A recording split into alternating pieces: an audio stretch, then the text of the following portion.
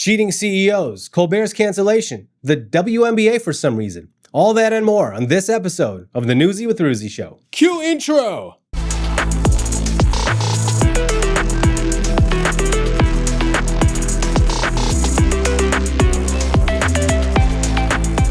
As I'm sure you've all heard by now, or seen from all the memes on the internet, Astronomer CEO Andy Byron was caught cheating with his head of HR at a Coldplay concert. And here's a little clip of that in case you haven't seen it or haven't seen it today.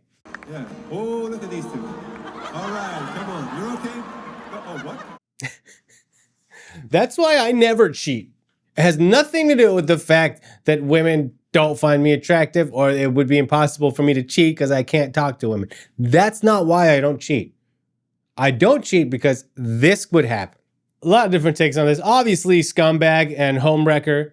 What a dumb skank. What a moron. All that, yes, hilarious. Now, here's the problem with that. It was all in the reaction. Okay, if he didn't duck down like that, nobody would know you were cheating. Everybody would have thought that this was just some dude and his wife or girlfriend or whatever, and they would have just moved on. Chris Martin from Coldplay would have said, oh, this is a sweet couple in their mid-50s. Let's move on. That's it. The reaction, the ducking down, the panicking, that's what piqued everybody's interest, okay? It's like this. It's like, let's say you're on your laptop. Somebody walks in and you just slam the laptop door shut. Door? Lid. Just slam your laptop shut as soon as they walk into the door. They can't even see your screen, but they have to automatically assume you were watching dirty, dirty porno movies. If somebody walks into the room, even if you are watching dirty, dirty porno movies, it's okay. All you have to do is calmly exit the incognito tab, grab a tissue, and blow your nose and say, that was such a sweet video. I was watching a sweet video. That's why I have tissues, because of the sweet video I was watching. Even if they ask what it was, make something up. Oh, it was a video of, it was a blind horse, and he gets reunited with his war veteran owner, who's also blind, and they run past each other. It's real sad. That's what I was watching. That was the video. It was the video of that. But if they walk in and you slam the laptop shut and you go, oh God, no, oh my God, I can't believe you saw me. You caught me. Oh no. When the camera came onto them, he should have just stood there, man. Just hold on to her. Just look boring. They'll move on to the next person and you're good to go. You didn't need to react like that. Although, I mean, hindsight's 20/20. My hindsight is actually, I was diagnosed with hind farsightedness. It's a 2015 hindsight I have, so I need to get hind glasses. Stop it. Hind glasses. Right, Norm? What? That's a good one. Why people go out in public and go to shows and stuff when they're cheating, I don't understand. Dude, take your mistress out into the farmland. Hey, do you want to go to a you pick cherry farm? How about we go to one of them peach farms where you go and you pick your own fruits? You want to wear hats? That's how you cheat, fool. Hey, do you want to go try on Halloween masks? Yeah, but it's July. That's all right. It'll be fun. Let's go 3 towns over and try on Halloween masks. That's how you cheat. Oh, people have gotten real bad at cheating these days. And was it worth it? Because I saw the guy's actual wife, this guy, Andy Byron. His wife's beautiful. He's got a beautiful wife, beautiful kids, and you cheated on her with this middle-aged librarian-looking lady? I mean, she's not ugly, but dude, you're a billionaire. You have a beautiful wife, and then you pick a very average-looking... I don't get these people, man. People that, like, cheat with uggos. What's the whole point of cheating? If you already, like, have a good-looking wife or husband, why do you go cheat on them with someone who's ugly? It's like me parking my Lamborghini to go down the street and steal some guy's Honda Civic. What? Why? Just keep the one you have. If you have to be a scumbag, go up, get a hotter person, dude. As the ICE raids continue to heat up, our very own Kevin has prepared a special report on immigration. Kevin, what do you have for us? Yes, Rosie, with Trump determined to usurp Obama's title as deporter-in-chief and yet again take an achievement away from black people and people of color in general, people are really scared out there. Let me show you a few clips of my research, and you'd be so proud. I actually researched this time. Here, let me show you a few clips. Amazing, Kevin. Good job. I'm not quite sure what you're talking about, but I'd love to see it. Let's see your research. And I am very, very afraid that he might deport my mother-in-law. She entered illegally to the country. And here's another one too. Here's another one. I'm a little concerned right now that my mother-in-law might get deported. And yeah, and here's another one also. Your mother-in-law came into this country illegally, and then you start to worry. What's going to happen to that woman? I might be wrong, but your research really resembles somebody laying in bed scrolling through TikTok. That's what I mean. That's just what it looks like. I could be wrong, but that's what it seems like your research is. Well, it wasn't that. I mean, this is legitimate research, and I thought it was kind of weird that like everybody's worried about their mother-in-laws, but my mother-in-law is safe, and because she's here legally. But you know, when I started watching these, I truly felt worried about people in my life, people that could be impacted and deported, like you, my friend, located at 123 North Main Street in Austin, Texas. I mean, I know you're an immigrant and you're from Iran, which is a really, really scary country. So scary that Trump had to do a travel ban and bomb it, you know? And I'm scared that you're not safe at 123 North Main Street in North Austin, okay? Not the one in South Austin, because that's not the right one at all. And I know there's one kind like it in East Austin too. That it's North Austin, 123 Main Street.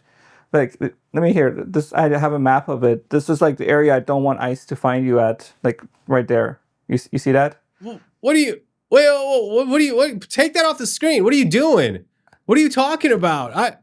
I'm not even. I'm worried about you. I'm trying to make sure you don't get deported. I'm not gonna get deported. I'm here legally. I know you're a citizen, but maybe ICE doesn't know. And you know, if they come and check for you at 123 North Main Street in Austin, like I just get worried that they're gonna get the wrong impression, and that's what's gonna happen. Stop saying my address. Hold on. Am I seeing that? What is that behind you? Did you change the logo? What does that say? The Newsy with Kevin? Dude, what?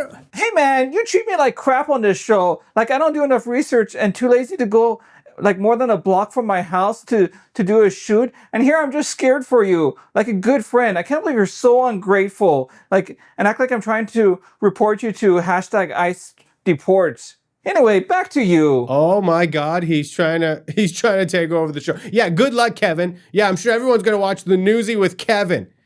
Dude, it's my show, okay? It's my show. You're never going to get it. I'm so sorry about that, folks. Let's get back to the show. So I don't need to tell you this. You obviously know.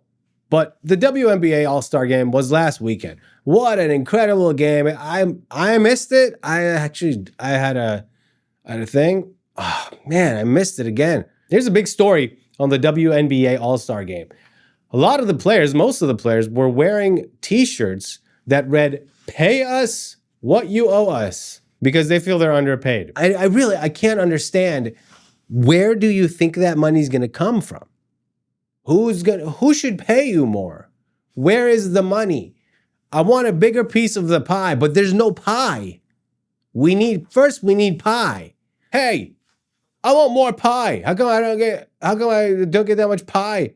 Well, we don't have pie. What do you mean you want more pie? There's no pie. To demand raises when your league is losing $40 million a year is absolutely bonkers. And how much of a raise? Do you want to get paid the same as the men? Because then your league's going to lose $12 billion a year. So that's not going to happen. Do you want like a 10% raise? That's a pretty good raise. I would love a 10% raise. So your average salary is going to go up to $85,500 a year. Is that going to solve your problems? Are you going to stop complaining with $85,500 a year? No.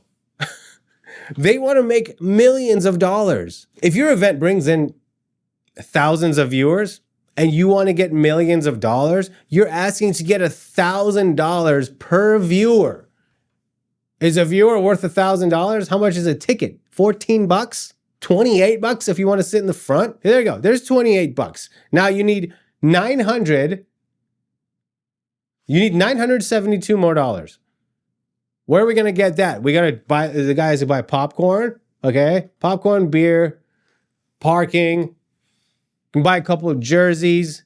You still need $936. There is no revenue. It has to come in for you to get more of it. There's a solution to all of this. There is a player by the name of Caitlin Clark, the greatest WNBA player the league has ever seen.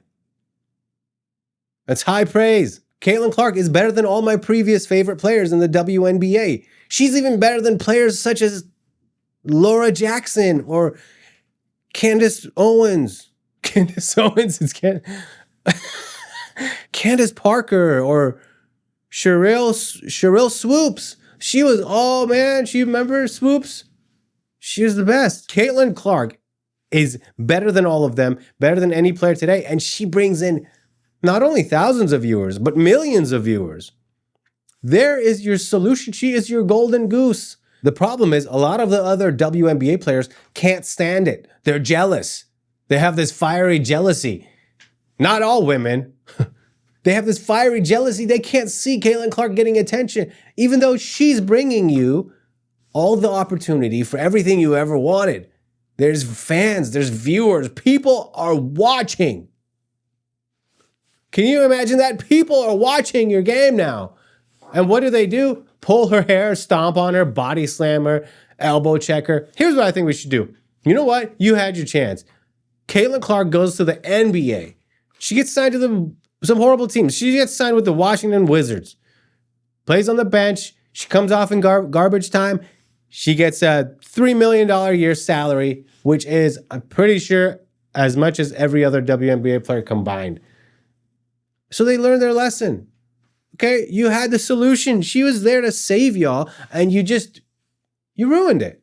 You bullied her. Well, there's no room for bullies. Another thing I think would be great, and they actually have proposed this, and I saw an interview, and I don't remember which WNBA star it was, one of my favorite ones, but she said they proposed that we bring the hoops down. What if we make the rims 9 feet tall instead of 10 feet tall? Because y'all are about 1 foot shorter than the guys. What if we bring the rim down and then you guys can dunk and stuff, and it would be really interesting for people to watch? And they got offended. How dare you? We can do the same size rims as the men. Well, you can't, because none of you can dunk and no one's watching. You understand? Just because a solution is coming from a man does not mean it's automatically bad and your ego should get in the way. Dude, imagine if the WNBA hoops were 8.5 feet tall. Trampolines. That would be awesome. To pay us what you owe us. I'll be the billionth person to make this joke, but that's very nice of the WNBA players to offer to pay to play. Because if you're getting paid what you're owed and you make negative money, you are owed negative money, which means you owe money. It's debit and credit. On this side's debit, this side's credit, and they balance. I took Econ 101 3 times. So what happened to Stephen Colbert? He had the Late Show. Here's what went wrong. People got sick of it. You know, these shows, they used to be funny. They used to make jokes and have bits. Then, as Donald Trump came into the picture, they all became just about bashing Donald Trump. You might like Donald Trump or you might hate him. That's fine. But it gets old to hear the same joke over and over. Oh, he's stupid. He's orange. He has small hands, tiny wiener, whatever. That gets old, man. That's all they did. And Colbert, worse than anybody. All he did was bash Donald Trump. And man, you can hate Donald Trump, but you talk about something else. Like, a blind horse was reunited with his war veteran who's also blind, and they run past each other. Stuff like that. Remember from earlier? If your entire show is Orange Man Bad, you're not a show. You're just a Reddit thread with a budget. Somehow, that show cost $100 million a year to produce. Colbert himself made $15 million a year. And somehow this show still costs another $85 million to produce that show, to hire people to write the same joke. Here's my open invitation to Stephen Colbert. If you need a new job, send me your resume. And I'll see what I can do for you. I'll ask around. I might know somebody who's hiring. Not here. We're fully staffed. Sorry. But maybe we'll find something for you. Anyway, thank you for watching. I love you, and I'll catch you next time.